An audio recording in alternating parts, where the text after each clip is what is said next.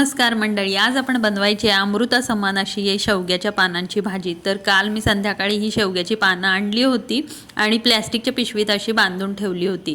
तर 12 ते 14 तासानंतर अशा पद्धतीने याची पानं आपोआपच गळून पिशवीत पडतात। तर आता ही पानं आपण चाळणीत काढून घ्यायची आहेत आणि ही स्वच्छ 2 ते 3 वेळा धुवून घ्यायची आहेत।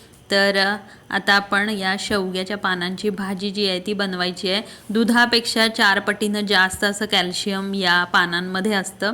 तर मोरिंगा पावडर म्हणून देखील आता खूप प्रसिद्ध आहे, जी लोक सकाळी उपाशी पोटी पाण्यातून घेतात अर्धा चमचा। तर ती ही मोरिंगा पावडर म्हणजे या पानांचीच पावडर आहे, वाळवून बनवतात।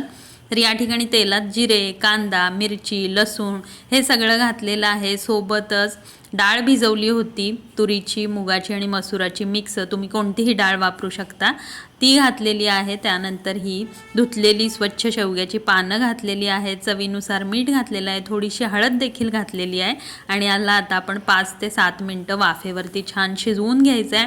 फार कोरडी वाटली तर याला पाण्याचा थोडा शिंतोडा मारून घ्यायचा आहे आणि या ठिकाणी साधारण 10 मिनिटात आपली ही शेवग्याच्या पानांची भाजी तयार।